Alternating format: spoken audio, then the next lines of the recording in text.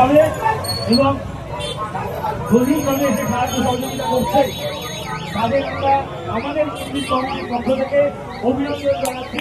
কারণ আপনাদের সহযোগিতা ছাড়া আমরা কোনোভাবেই কোনো কিছুতে সফল হইনি। এবছরে তার ব্যতিক্রম নয়। যেভাবে আপনারা আমাদের পাশে প্রত্যেক বছরের ন্যায় এবছরও দাঁড়িয়েছেন, তার জন্য আমরা মন্দির কমিটির পক্ষ থেকে অভিনন্দন জানাই সেই সকল কর্মরত ব্যক্তি যারা আমাদের মাঝে এসে সাহায্য দান করে গেছেন। লাইনটা ঠিক করে মেনটেন করতে হবে, কোনোভাবেই কোনো বাচ্চারা যেন রাস্তার মাঝখানে চলে না আসে সেদিকে আমরা তো লক্ষ্য রাখছি। তাদের অভিভাবকদেরও বলছি তারা আপনারা একটু লক্ষ্য রাখবেন, কোনোভাবেই যেন আপনার শিশুটি রাস্তার মাঝখানে চলে না আসে।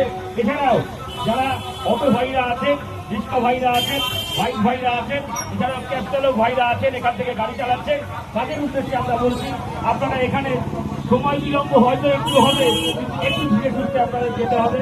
কয়েক ঘন্টার ব্যাপার, মহাভোগের আয়োজন চলছে, মহাভোগ চলছে, সেই কাজে সমস্ত কর্মকর্তাই আমাদের নিযুক্ত হয়েছে।